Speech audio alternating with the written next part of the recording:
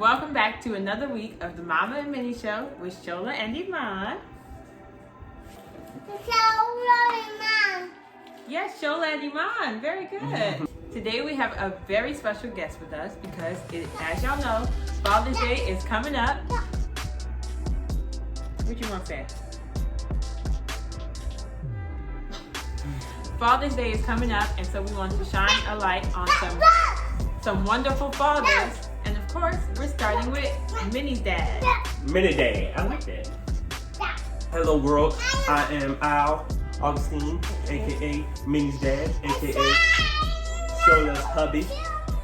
Pardon the colorful scrunchies. My baby didn't order no rubber bands. Because as you know, I have 2 kids, and I have to make sure they have everything they need. You ready to do crazy, baby? Today we're going to interview Al, ask him questions about fatherhood and how that whole experience has been, and get his take as a young black father. You ready? I'm ready. All right, you're going to be honest, right? Of course. You know I'm always honest. A little too honest. All right, here we go. Got my questions ready. What were your first thoughts when you found out you might be a dad? First thoughts, is that this is really happening. It was like I was nervous, but like an exciting nervous. More than anything, that it was just a blessing. You know, I come from a big family, so I was with the kids, 4 to be exact. And I'm just happy that it was with a beautiful, loving, caring young lady. So I'm happy, nervous, but excited. Good answer. Hey, Daddy, stop eating my snacks.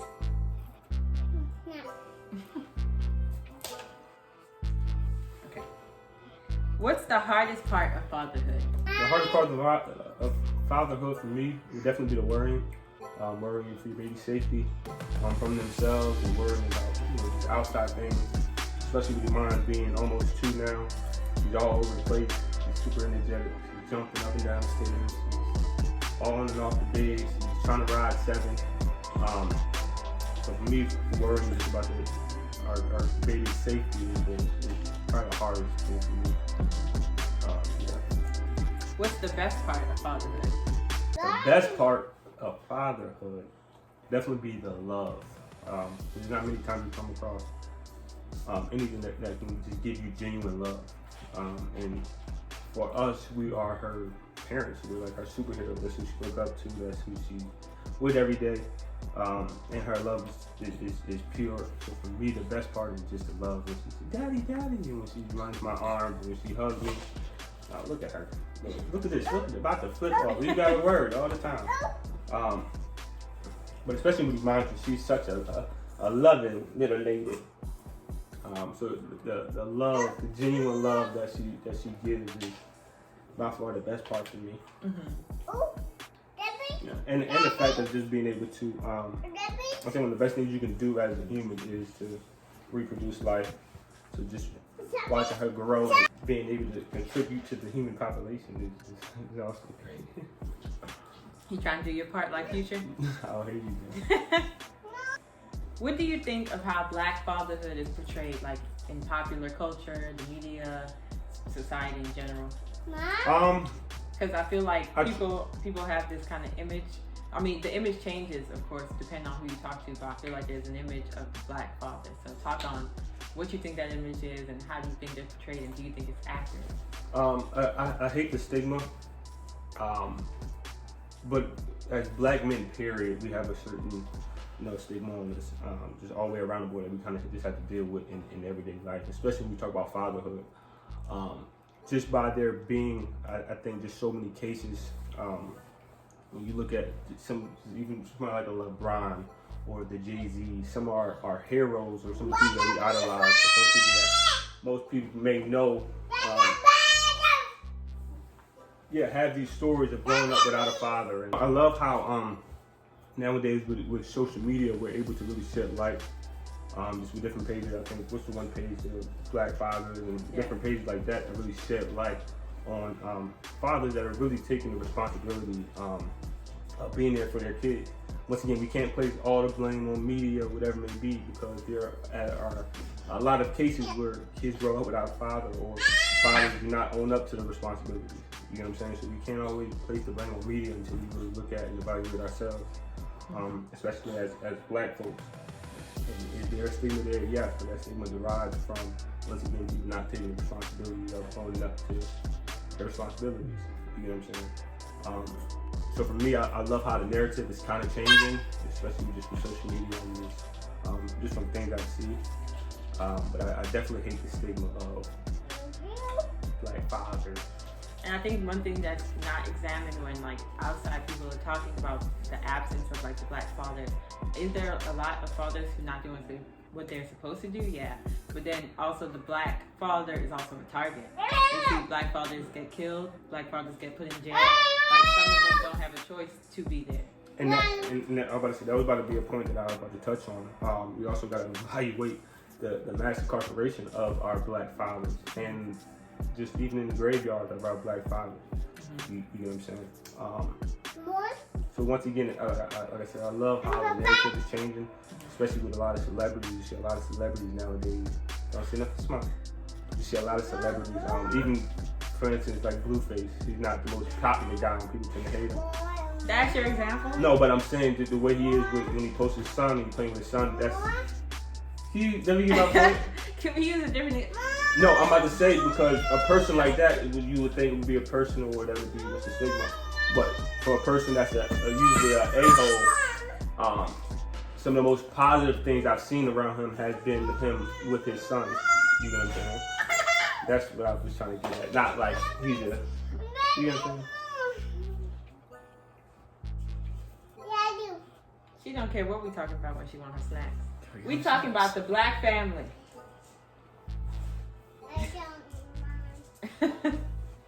What's your advice for new dads? My advice for new dads, definitely be spend as much time as you possibly can with your baby, because they grow so fast. You know what I'm saying? And it's like some of the most, it'd be the quickest moments that'd be like the most priceless that you definitely don't want to miss. Once again, you know, everybody got to work, everybody got responsibilities, but just don't get caught up, once again, as much as possible in your own BS or whatever. Try to really spend as much time as you possibly can with your child. What's the best advice you've gotten from your own father? Would definitely be creating a wealth transfer for your kids, whether it's through corporations, whether it's through funds, whatever it may be. But really being able to set them up, especially while we're working and while we're doing things right now, to be able to provide them with a better life later on, or whatever it may be. Once again, they'll have their own path that they take, but really being able to set them up, whether it's percentage of corporations, whether it's setting them up with property, whatever it may be, but creating a wealth transfer early on for the kids. What's something that you didn't expect in regards to like raising a child or having a baby? Something you just weren't prepared for until it came? Something I wasn't prepared for. It would have to be more or less early on, though. And don't say nothing smart. But the long nights. More or less the no sleep. Once again, you hear about, listen, the baby's gonna be out, blah, blah, blah, blah.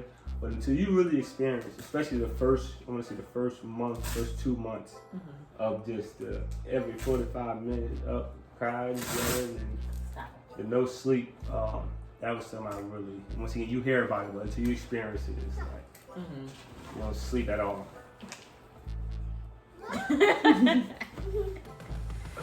Okay, so when we were having Iman, before we knew that she was Iman, I wanted a girl, you wanted a boy. Talk about that. Okay, our gender reveal video got put on the Shade Room, and it got a lot of views and stuff like that. And people were saying like, oh, he had to hurry up and hide his disappointment and stuff. So what were you thinking when you seen that pink powder come out? What's your reaction? I know you love having a girl now, obviously, but like, Give us the truth. Look, the truth is, it was just confirmation. Once again, the big thing for me, and I'm not trying to sound cliche, I just wanted a healthy baby. But I think for me, well, it was just a bunch of different signs that were just pointing girl, from my mom saying she drinks it, to the little skinny thing that when we asked the question, to Micah was right before. So people need context because they don't get it.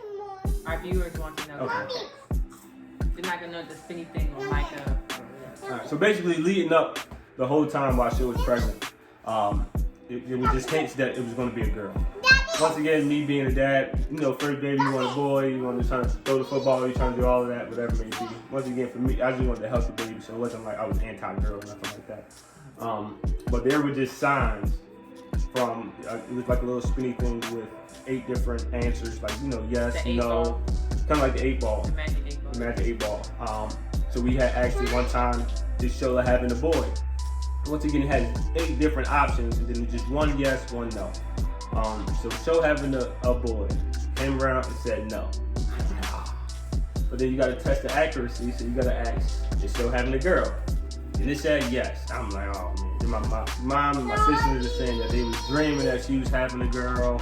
And then literally up until the gender reveal, right before we was about to find out, show little cousin Micah, who was a couple months old at the time. Was a couple months old. What did he say? I think we was like cry. Yeah, we were like cry if it's a boy, and he just was silent. For the longest. Yeah, and we said cry if it's a girl, and then he just like bust out crying. So at that he point, was silent before that. Before we even did it, I knew it was a girl. So it was just more confirmation. And once again, I always wanted a girl, so it wasn't like it was just, I was wanting all boys, or anything like that. Yeah. So for me, it was just confirmation more than anything. But now having my beautiful baby, I think it was definitely a blessing for me to have a girl first. Once again, I don't have a boy, so I can't speak on that behalf. But with the boy, it's a little rougher. You're a little like kind of less lenient. That kind of makes sense. But with a girl, she really just softens you up. She makes you a little puppy. You know what I'm saying? So Iman has really like softened me up. She buttered me up. Yeah. Okay, so we know Iman looks like me, minus the eyes, but she acts just like you. Talk about that experience, seeing like yourself so much in like another person. But before even touching on that, just once again, you hear that babies develop fast, and in these stages, that's when they learn the most. But really being able to witness how fast she's developing has been great for me as well. Just now, she's kind of speaking in full sentences, and she's repeating everything. And we talking about a year and a half. Once again, you hear about babies developing whatever, but once again, being able to witness it is something else. Then wait, I forgot what you said. Seeing yourself in someone else. Oh no, this is my twin. Once again, she looks like her mama, but her personality, how she throws things, get angry when she can't do something, to her love for football and basketball and stuff. Especially her love for music, and she's a little rough on it. That she is. She's like beating up everybody. She's like flipping all over the place. She's loud and energetic. She's loud, very energetic, and thanks to her mama, she's a full organic baby, so I don't know where she gets all this energy from. But her personality is definitely of her father's. Just even how we get on her mama nerves and how we challenge show. So she has definitely picked a lot of. Is that weird, like seeing yourself like reflected? I'm gonna say weird more or less than just a blessing more than anything, because she's definitely gonna grow up to be very outspoken, very strong. I wouldn't necessarily say weird, but it's definitely great to see that she picked up a lot of my traits, just in her attitude, just how she approached things. So I think that later on in life, she's going to be a force to be reckoned with. Talk about having to become, because you are a little bit hot-headed at times. which a lot of men, especially young men, are, and stuff like that. Because men tend to mellow out as they get older. But talk about, you've never been like extremely hot-headed with your mom, which is a great thing. Talk about being patient and like how do you handle that and keep yourself in check. Or is there any time where you felt not so patient when dealing with her, and how do you bring it back? Just as a parent, it's your responsibility to, once again, be as patient with your child as possible. And once again, you have to be firm. It's not like you can't let certain things slide, especially when they know what they're doing. But no, you definitely have to be as patient as possible. Once again, you have to be firm in some aspects. You don't want to let your child create any bad habits that will linger on to when they're older, and then you can't tell them nothing, or they curse you out in the store and all that type of crazy stuff. So certain things you definitely got to put your foot down. But you definitely have to have the utmost patience, especially because they're in a stage of developing and learning. Also, you have to be mindful to not let outside factors dictate your attitude towards your child. You know what I'm saying? You can't let something at work or somebody piss you off doing some BS, or you arguing with your mate and let that affect your child. So once again, everything you go through, everything you do trickles down to your child. So you gotta be mindful, patient and mindful. For me, like having a child has really changed my life for the better completely. I don't know what I'd be doing right now or where I'd be at mentally if it wasn't for your mind. Because mentally, once again, I mean, naturally, financially, physically, all that stuff, you gotta get yourself right. But mentally and spiritually, you really have to really get in tune with yourself and find yourself in order to raise a child. If you don't know where your identity lies, or if you not okay with yourself, whatever it may be, how are you ever going to raise a child? So for me, she was definitely the biggest blessing. Her little crazy self. And she's really changed.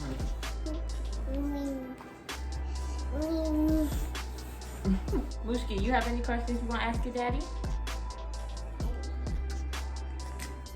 Can you give daddy a big old hug? Give me a hug, bro. Give me a hug, brother. Give me a hug. Ooh, thank you. Give me a kiss. Mwah. Give me 5. Give me 10. Ooh, my girl. My baby. You're my baby. You're my baby. And I mess with her just like she be messing with us. Yeah. Yeah, we want to know what I speak and know I know.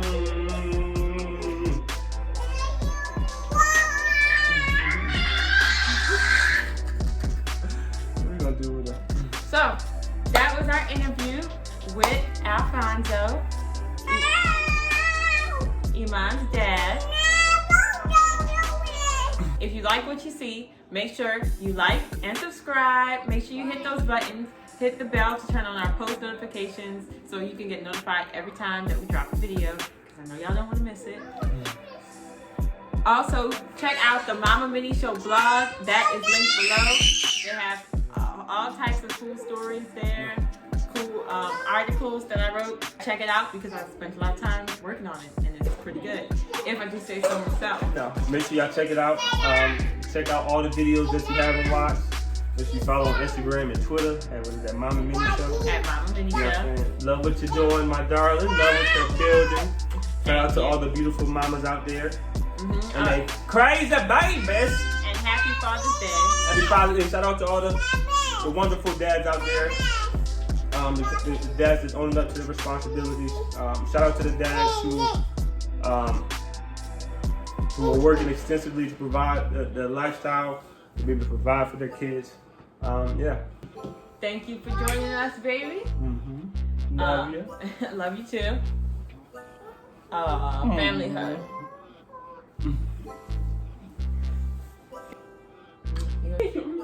Mama, baby. And we'll see y'all next week on the Mama Mini Show. I say bye-bye. Yeah.